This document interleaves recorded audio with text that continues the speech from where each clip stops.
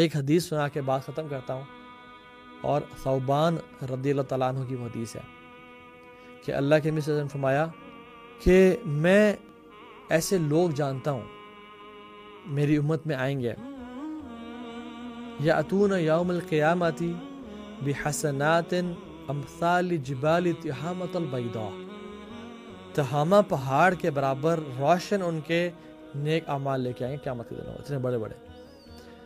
تو کیا ہوگا؟ فیجعل اللہ ھباء منثورا، اللہ تعالیٰ ان کو مٹی مٹی کر دیں گے، ریزہ بنا دیں گے. اللہ اکبر.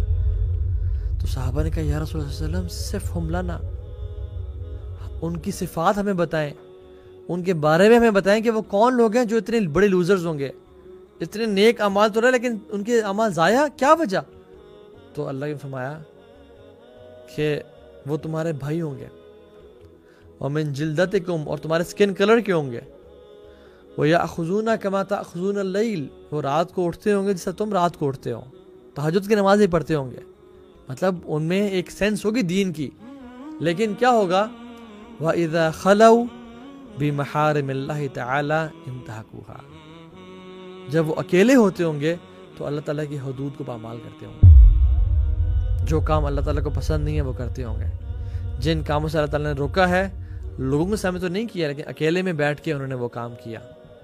اللہ تعالیٰ کی پرواہ کوئی نہیں، اللہ تعالیٰ ان کے تمام اعمال کو برباد کر دیں گے.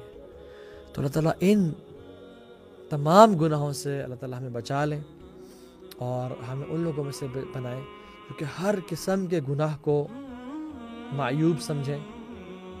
اور sins should be a taboo, گناہ کو نا پبلکلی نہیں کرنا چاہیے کبھی بھی. اللہ کی نے فرمایا کہ کل امت یدخلون الجنہ الا من ابا، میری پوری امت جنت میں داخل ہوگی ایکسیپٹ جو ریفیوز کر دیں گے کہ ہم نے جنت میں نہیں جانا.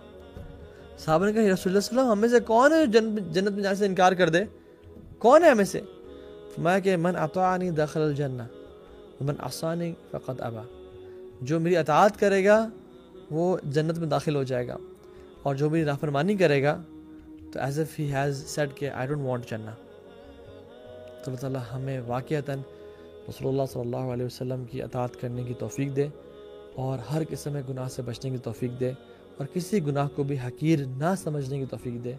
بیکاز لیس صغیرۃ بالاصرار ولیس کبیرۃ بالاستغفار، استغفار سے کبیرہ گناہ کبیرہ نہیں رہتا اور وہ معاف ہو جاتا ہے، اور اصرار کرنے سے صغیرہ گناہ صغیرہ نہیں رہتا، وہ کبیرہ بن جاتا ہے. کیونکہ پہاڑ جو ہے نا کنکروں سے مل کے بنے ہیں اور سمندر بھی قطروں سے مل کے بنا ہوتا ہے.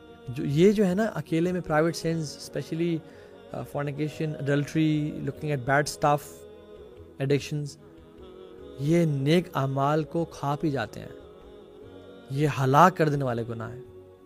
اگر آپ کے دل میں اللہ کے احکامات کی قدر ہے نا تو اللہ کے ہاں بھی آپ کی قدر ہے پھر.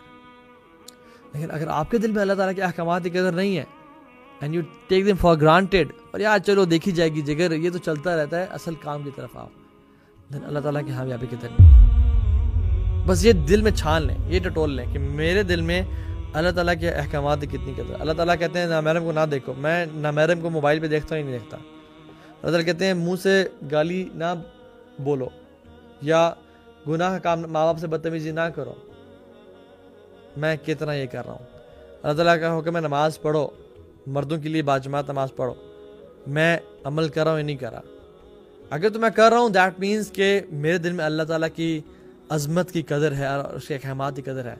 لیکن اگر میں نہیں کر رہا دس مینس کہ میرے دل میں اس کی قدر نہیں ہے اور پھر اللہ تعالیٰ کے یہاں بھی میری قدر نہیں ہے.